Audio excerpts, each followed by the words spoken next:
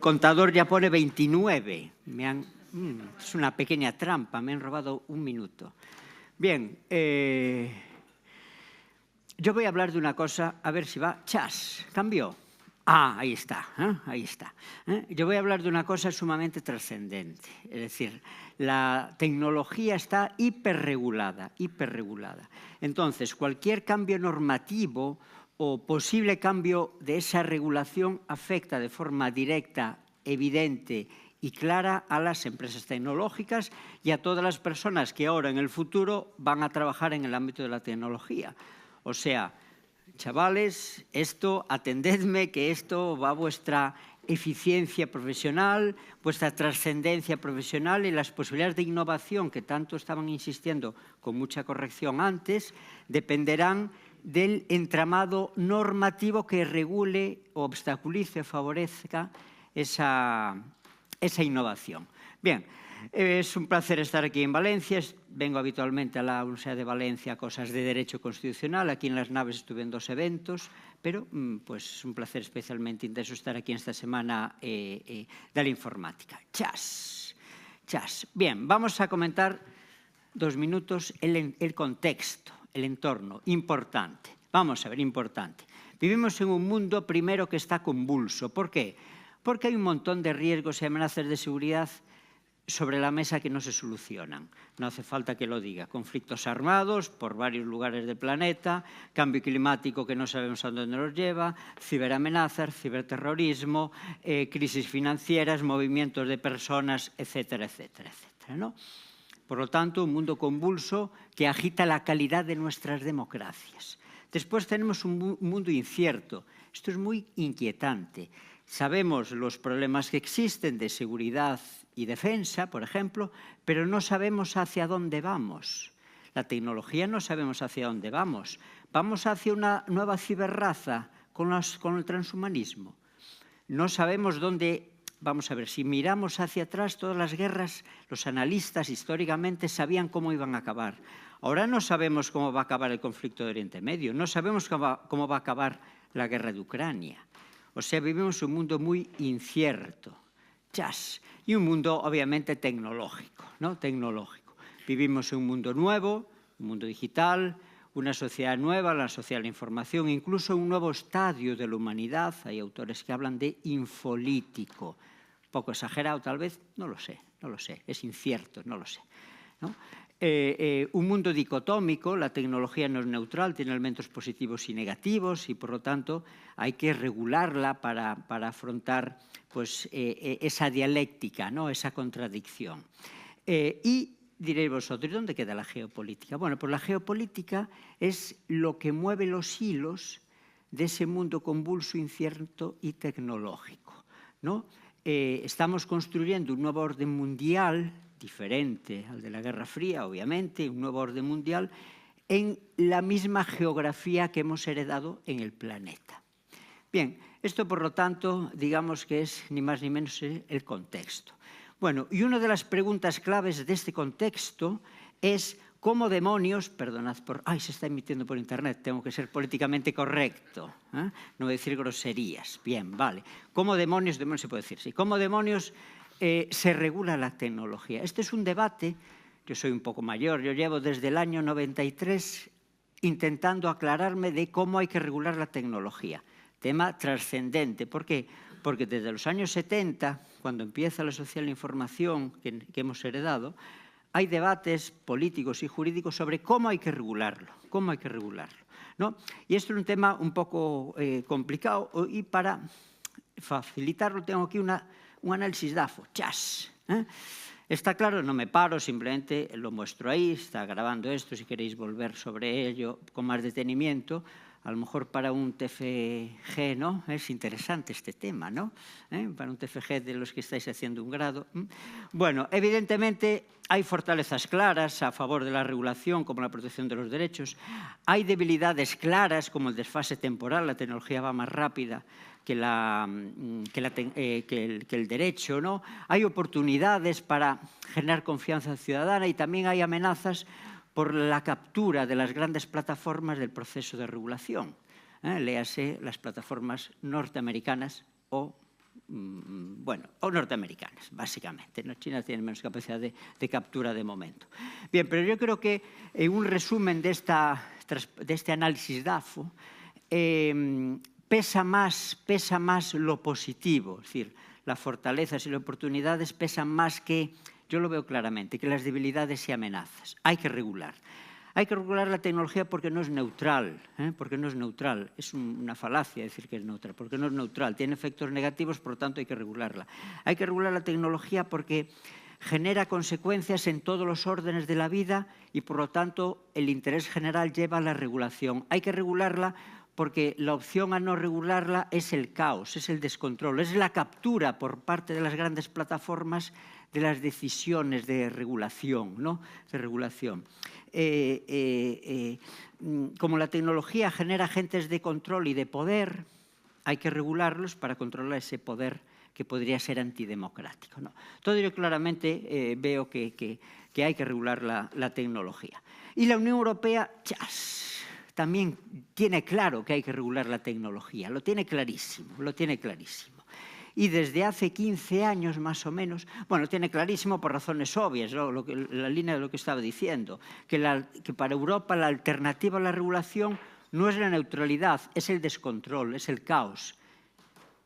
Es dejar a la presión del Kremlin accionar la manipulación informativa, es dejar a las plataformas norteamericanas abusar de nuestros consumidores. Es decir, la Unión Europea lo tiene claro, hay que regular para que no haya caos antidemocrático, ¿no? ¿Cuál es la alternativa para Europa a la no regulación?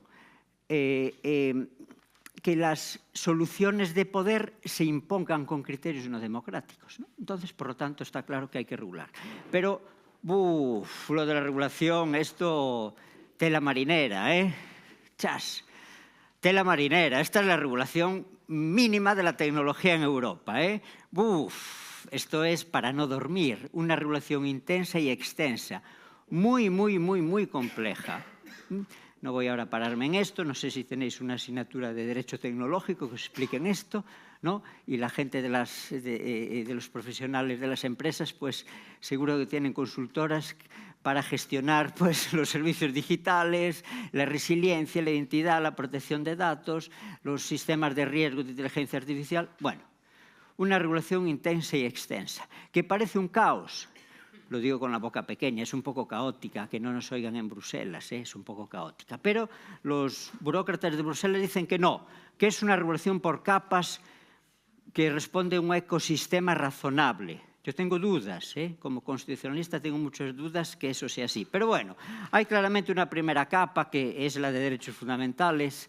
Ahí está sobre todo el tema de protección de datos que se expande a la normativa de ciberseguridad y a la normativa de inteligencia artificial, ¿no? Hay después una segunda capa de identidad digital muy relevante ahora, porque en una democracia y en unos mercados es necesario tener clara la identidad, que sea fiable la identidad de las personas, ¿no? Esto es relevante. ¿Por qué lo digo ahora?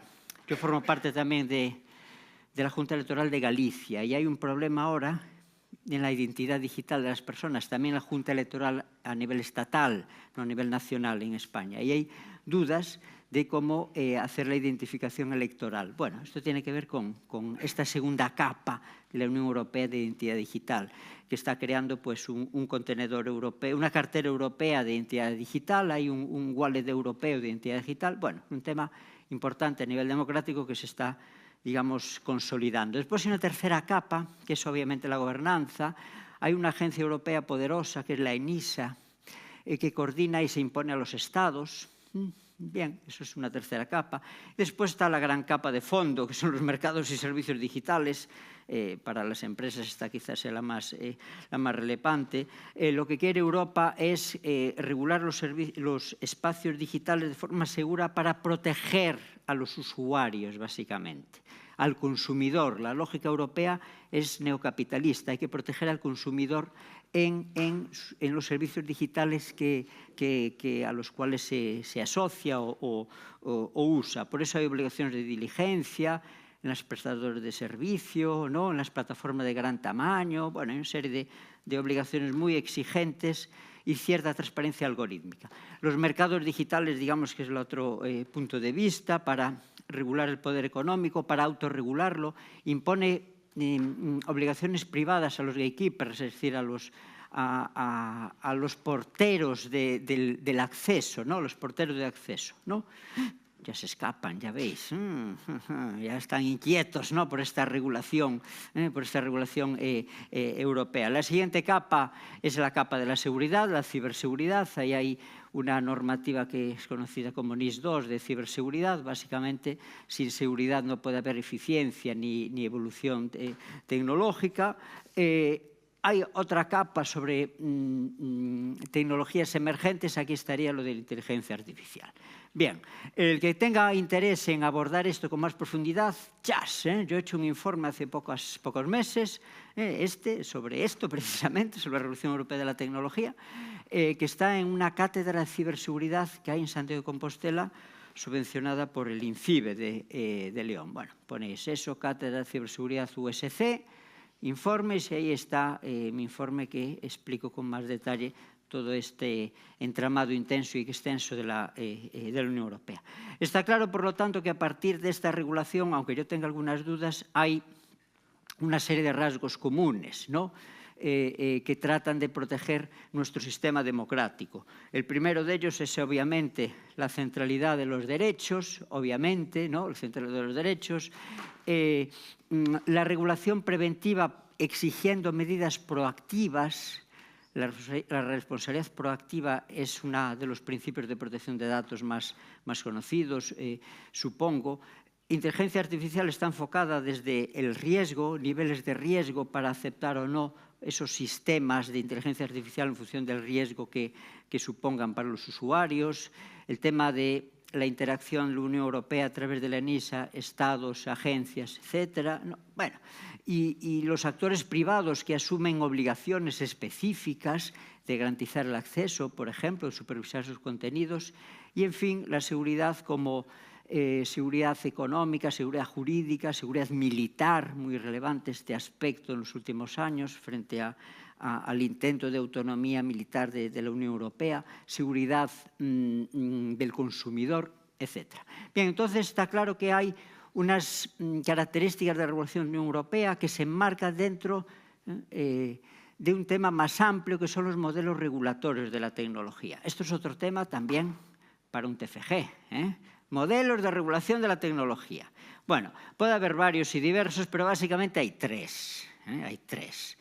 Os tengo aquí un cuadrito también, ¡chas! ¿No? Un cuadrito más bonito, ¿no? Más visual, ¿no? Por un lado, el modelo que acabo de comentar brevemente de Europa, donde los derechos son la centralidad, donde hay una gobernanza multinivel, donde los actores privados tienen responsabilidad. Y este modelo europeo pues, genera, por un lado, mayor legitimidad democrática, pero, ojo, por otro lado, retrasa la innovación.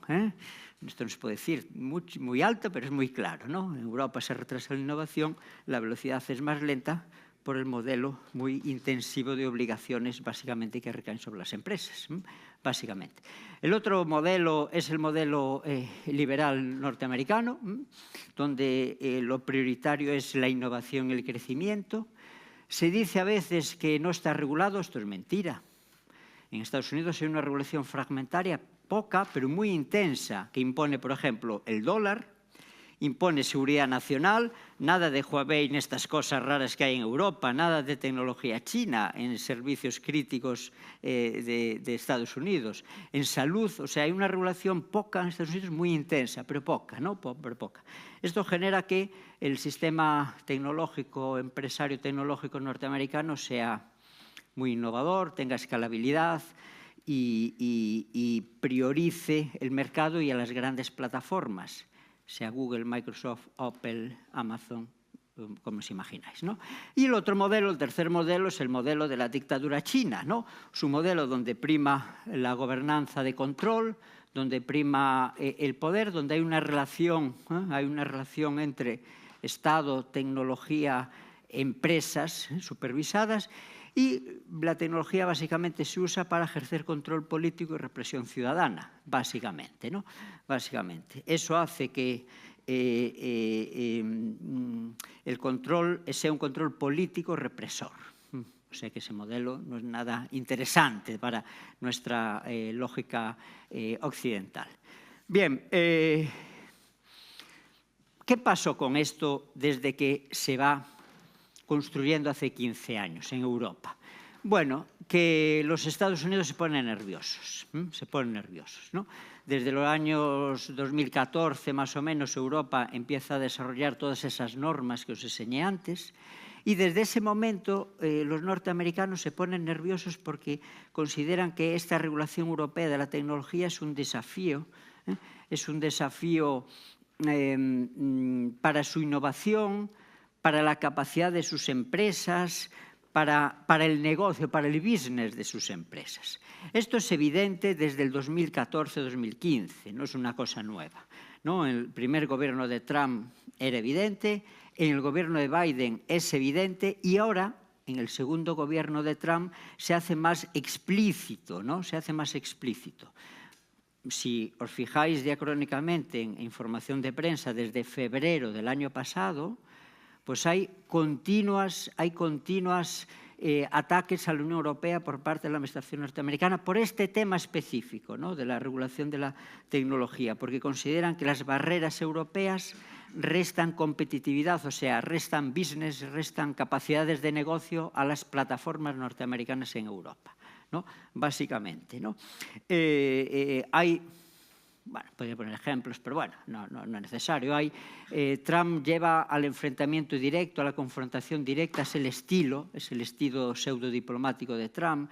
En el marco de las luchas arancelarias y comerciales con la Unión Europea, uno de los vectores de discusión es la regulación europea de la tecnología. Entonces, Trump lleva a cabo, o sea, su gobierno, lleva a cabo estrategias bilaterales para menguar la fuerza unitaria de Europa, busca estrategias bilaterales con algún país e insisten en la deslegitimación normativa europea, como os estoy diciendo, porque es hostil al mercado y porque no genera innovación. Incluso Marco Rubio, que es el secretario de Estado, o sea, el ministro de Asuntos Exteriores norteamericano, ha dado instrucciones el último año a los diplomáticos norteamericanos en Europa para ejercer labores de lobby y presionar hacia la desregulación de la tecnología en Europa, ¿no? Y también las empresas privadas, ahí tengo algún ejemplo, ¿no? Las empresas privadas han publicado, se puede ver en Internet, informes a Apple, Meta, sobre lo malo que es la regulación de la tecnología. Por ejemplo, el DMA, el Reglamento de Mercados Digitales, ha sido muy criticado por Apple, por ejemplo, en ese informe que tengo ahí. Un montón, ¿no? Por lo tanto, un montón de actuaciones público-privadas coordinadas por parte del imperio norteamericano para presionar a la Unión Europea. ¿Ha sido efectiva esa presión? Teóricamente no. Teóricamente, la burocracia de Bruselas ha dicho que las obligaciones continúan, que el reglamento de protección de datos no se ha dilatado, se sigue aplicando, que es más, que las presiones norteamericanas han generado la reacción contraria. Europa está más concienciada en su autonomía estratégica y en su autonomía militar, concienciada, aunque no avance en ella, pero bueno, concienciada quizás sí esté, y que por lo tanto estas presiones norteamericanas han evidenciado a los europeos que la regulación de la tecnología está politizada o geopolitizada y que por lo tanto tenemos que prestarle especial atención, pero no le vamos a hacer caso a las presiones norteamericanas. Y esto es verdad, a medias, ¿no? A medias, porque si veis los últimos meses, no sé si estos son temas que estés mirando, han aparecido en la Comisión Europea y en el Consejo Europeo una serie de lo que se llaman paquetes de simplificación, que esto aparentemente pues, es producto del clima geopolítico de estos últimos meses con Estados Unidos, aparentemente, ¿no? Bueno, esto de los paquetes de simplificación, es la traducción en castellano, es esa, ¿no? Paquetes de simplificación. Es un instrumento de gobernanza que ya existía en la Unión Europea desde hace décadas. De vez en cuando aprueba unos paquetes para simplificar y para reducir cargas administrativas en ciertos sectores.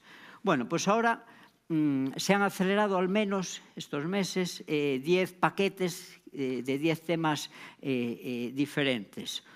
Y es verdad también, si volvemos a ver el análisis diacrónico de prensa de los últimos meses, desde hace 6 meses más o menos, la Comisión Europea, que es el órgano ejecutivo de Bruselas, ha girado el discurso, ¿no? Ya habla más de competitividad, de innovación, de cargas administrativas que de derechos. Ojo, ¿no?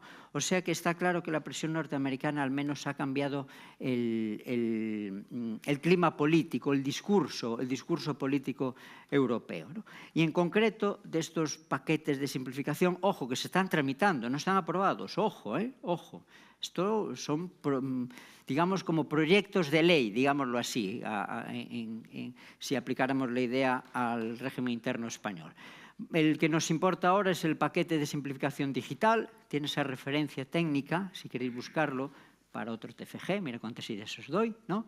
El paquete de simplificación digital de la Unión Europea, ¿no? Y lo podéis analizar y queda súper chulo para el TFG, queda súper chulo. Bueno, básicamente el paquete de simplificación digital que está tramitándose, ojo, ya veremos si se aprueba, yo creo que se aprobará, ¿no?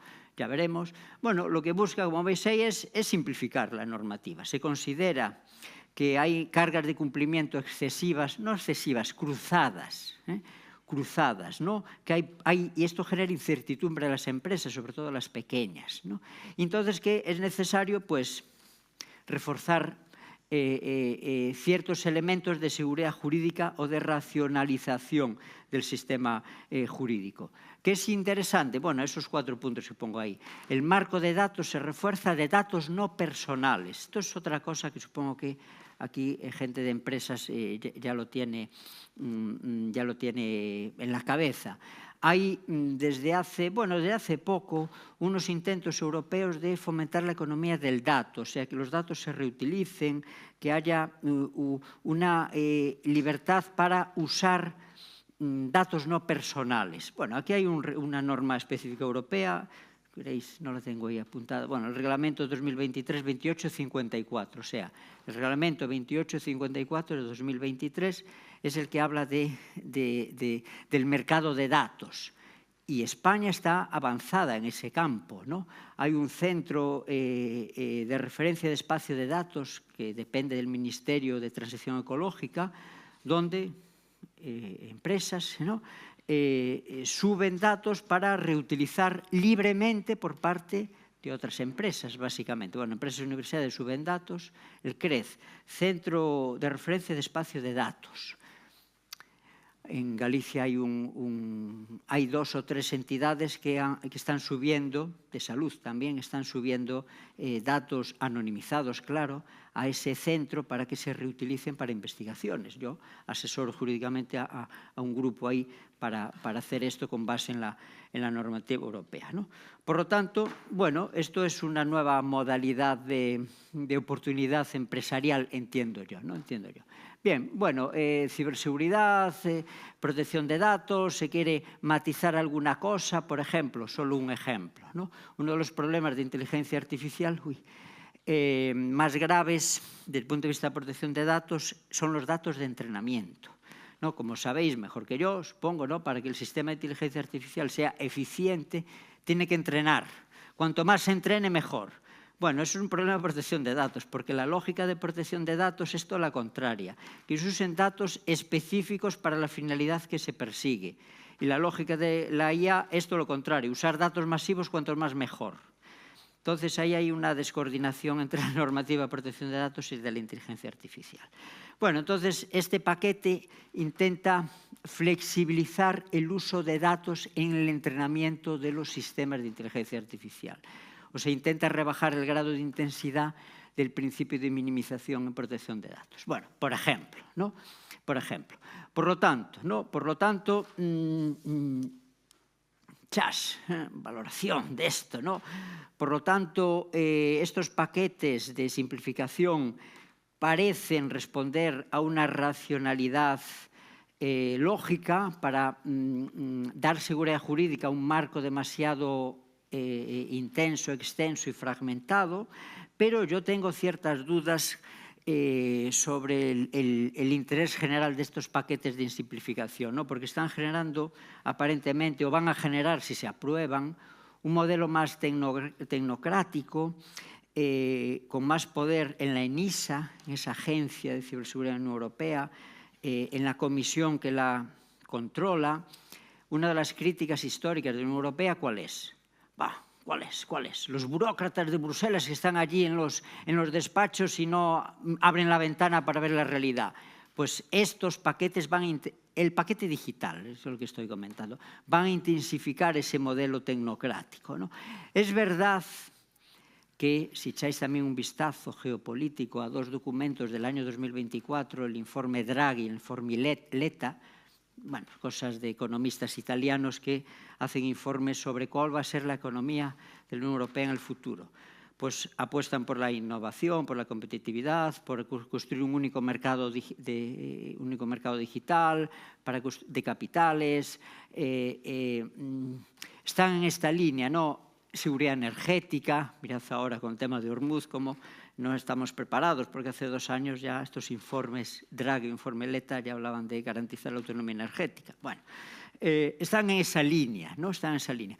Pero yo creo claramente que el paquete de simplificación digital es producto de la presión geopolítica de los norteamericanos. Yo lo veo claro. El riesgo ahí es que mengue nuestro sistema de derechos, nuestras garantías de derechos. Y yo lo veo, yo realmente veo ese riesgo. Pero es difícil concretarlo, voy acabando, 2 minutos, es difícil concretarlo, ¿por qué?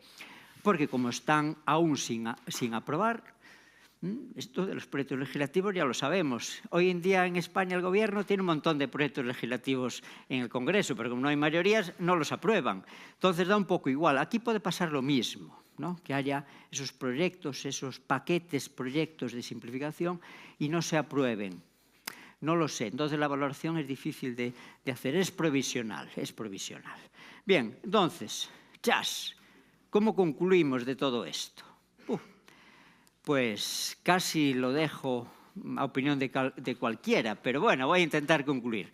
Vamos, lo que está claro es que estamos en una época de cambio, no solo por la realidad tecnológica, ambiental, social que vivimos, sino también porque, como vemos, las influencias geopolíticas pues están incidiendo en las exigencias normativas que tenía asentadas aparentemente la Unión Europea y parece que van a cambiar, ¿no? El riesgo, hay varios riesgos. Uno de ellos es que la Unión Europea, si no sofistica su regulación o su planteamiento tecnológico, se convierta en el enano geopolítico que es actualmente, ¿no? Europa es un enano geopolítico en comparación con los gringos y con otros agentes, principalmente China. Nadie nos tiene en cuenta, más o menos, estoy simplificando. Entonces, sí es verdad que hay que cambiar cosas para que Europa tenga mayor autonomía estratégica y mayor autonomía militar. Eso cuesta dinero, pero hay que intentarlo, ¿no? Si no, seremos, insisto,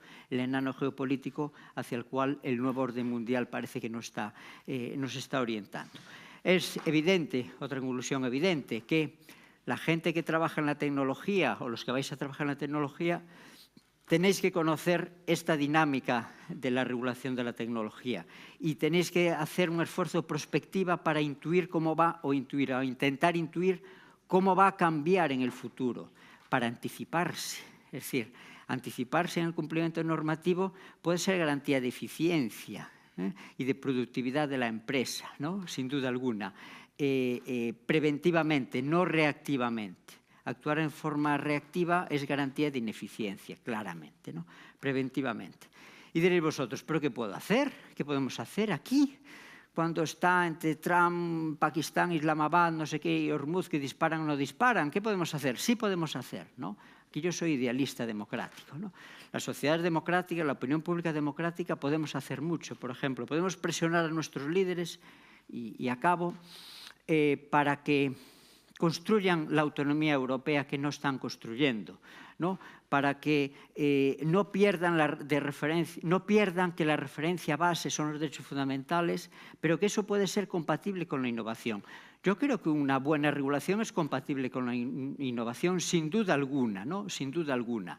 Y que el mercado autorregulado es una falacia, aunque Adam Smith en siglo XIX dijera lo contrario, ¿no? El mercado no se autorregula, el mercado hay que regularlo, pero de forma bien, ¿no? Con una buena regulación, no una regulación excesiva ni invasiva.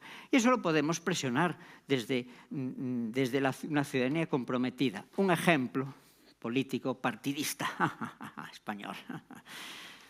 ¿Qué hace el Gobierno de España últimamente? Bueno, hace diversas políticas públicas internacionales contrarias a los intereses unitarios de la Unión Europea, contrarias a los aliados europeos, ¿no? Por razones de política interna, ahora no voy a valorar eso. Es evidente, ¿no? Es evidente, tenemos el ejemplo en casa, como España en los últimos meses pues, está al margen de lo que deberían ser las políticas unitarias europeas a escala geopolítica, por ejemplo, ¿no? Entonces nosotros ahí sí que podemos influir a nuestros decisores, aquí en Valencia o en Madrid, para que, insisto, actúen en la línea que